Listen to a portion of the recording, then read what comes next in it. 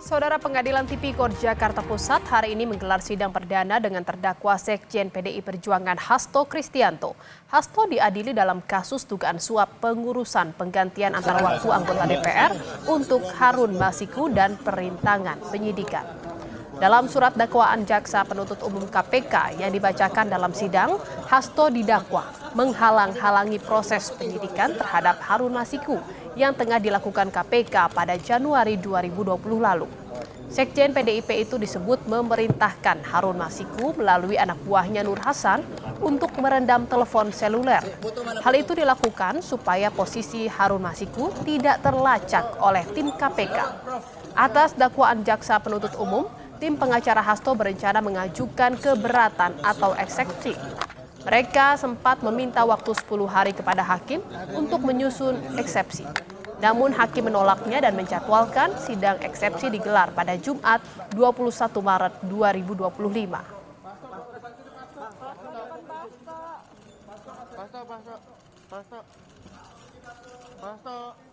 Saudara, dalam dakwaannya jaksa penuntut umum KPK mendakwa Sekjen PDIP Hasto Kristianto dengan sengaja mencegah, merintangi atau menggagalkan penyidikan terhadap Harun Masiku.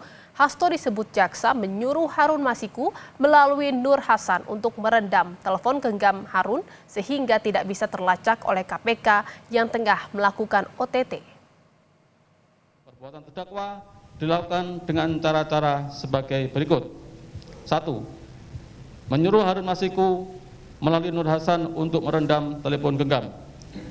Bahwa pada tanggal 26 November 2019, pimpinan KPK menerbitkan surat perintah penyelidikan nomor Sprinlit 134-01-11-2019 tentang dugaan tindak pidana korupsi berupa penerimaan, hadiah atau janji oleh penyelenggara negara di DPR RI terkait dengan pengurusan dan pelaksanaan APBN tahun anggaran 2020.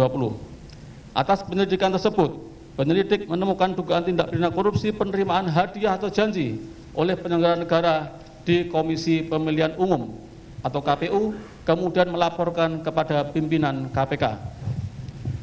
Atas laporan tersebut, pada tanggal 20 Desember 2019, diterbitkan surat perintah penyelidikan nomor Sprinlit 146-01-12-2019 terkait dugaan tindak pidana korupsi berupa penerimaan hadiah atau janji oleh penyelenggara negara di Komisi Pemilihan Umum Republik Indonesia terkait dengan penetapan anggota DPR RI terpilih 2019 sampai dengan 2024. Selanjutnya penyelidik KPK melakukan serangkaian tindakan penyelidikan.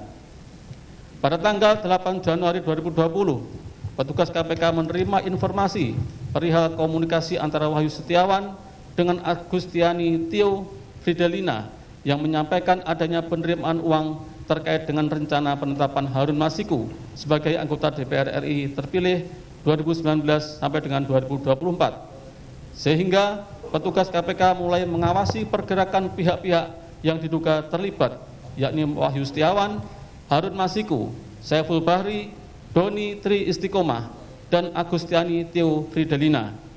Selang beberapa waktu kemudian, petugas KPK berhasil mengamankan Wahyu Setiawan di Bandara Soekarno-Hatta. Pada sekitar pukul 18.19 WIB, terdakwa mendapatkan informasi bahwa Wahyu Setiawan telah diamankan oleh petugas KPK. Kemudian terdakwa melalui Nur Hasan memberikan perintah kepada Harun Masiku agar merendam telepon genggam miliknya ke dalam air dan memerintahkan Harun Masiku untuk menunggu atau standby di kantor DPP PDI Perjuangan dengan tujuan agar keberadaannya tidak bisa diketahui oleh petugas KPK. Pada sekitar pukul 18.35 WIB, bertempat di sekitar Hotel Sofian, Cut Mutia, Jakarta, Harun Masiku bertemu dengan Nur Hasan, menindaklanjuti perintah terdakwa, dan atas bantuan Nur Hasan pada jam 18.52 WIB, telepon genggam milik Harun Masiku tidak aktif dan tidak terlacak. Selanjutnya, petugas KPK memantau keberadaan Harun Masiku melalui update posisi telepon genggam milik Harun Hasan yang terpantau pada jam 20.00 WIB bersama dengan Harun Masiku berada di Perguruan Tinggi Ilmu Kepolisian atau PTIK. Dan pada saat bersamaan, Kusnadi selaku orang kepercayaan terdakwa juga terpantau berada di PT IKA. Kemudian petugas KPK mendatangi PT IKA namun tidak berhasil menemukan Harun Masiku. Saudara, usai mendengarkan dakwaan jaksa, Hasto menegaskan dirinya mengikuti seluruh proses hukum dengan baik. Hasto juga mengingatkan agar supremasi hukum dan keadilan ditegakkan untuk membangun negara yang berlandaskan hukum. Saya mengikuti seluruh proses hukum ini dengan sebaik-baiknya. Karena kami percaya bahwa keadilan akan ditegakkan. Dan untuk itulah Republik Indonesia ini dibangun dengan pengorbanan jiwa dan raga yang luar biasa dari para pahlawan bangsa, rakyat yang tidak berdosa, yang menyerahkan nyawanya, semuanya demi untuk membangun suatu negara hukum. Tanpa adanya supremasi hukum, tanpa adanya suatu keadilan, dan ketika suatu proses hukum yang sudah inkrah bisa didaur ulang kembali, maka kita, Republik ini tidak akan berdiri kokoh. Jangankan untuk membangun, menghadirkan investor, ketika tidak ada supremasi hukum, semuanya akan menjadi sia-sia. Semoga ini menjadi suatu pelajaran yang terbaik, bahwa cita-cita menegakkan hukum yang berkeadilan adalah cita-cita seluruh anak bangsa kita. Terima kasih. Satya Eva.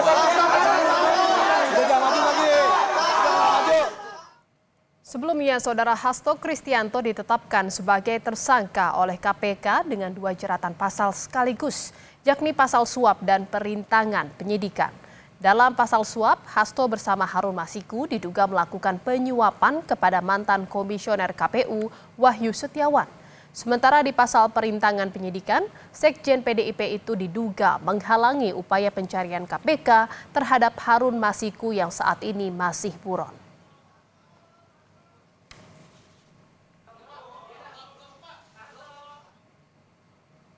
Hasto Kristianto diketahui sempat mengajukan gugatan pra-peradilan atas status tersangkanya, tapi gugatan itu tidak diterima hakim. Hasto kemudian melakukan gugatan pra-peradilan kedua, tapi gugatan itu juga telah dinyatakan gugur oleh Pengadilan Jakarta Selatan. Kala itu Hakim Tunggal Pengadilan Negeri Jakarta Selatan, Afrizal Hadi menyebut berkas perkara tindak pidana Hasto telah dilimpahkan ke Pengadilan Negeri Tindak Pidana Korupsi Jakarta Pusat, sehingga hakim pra-peradilan tak punya wewenang lagi untuk memeriksa dan mengadili.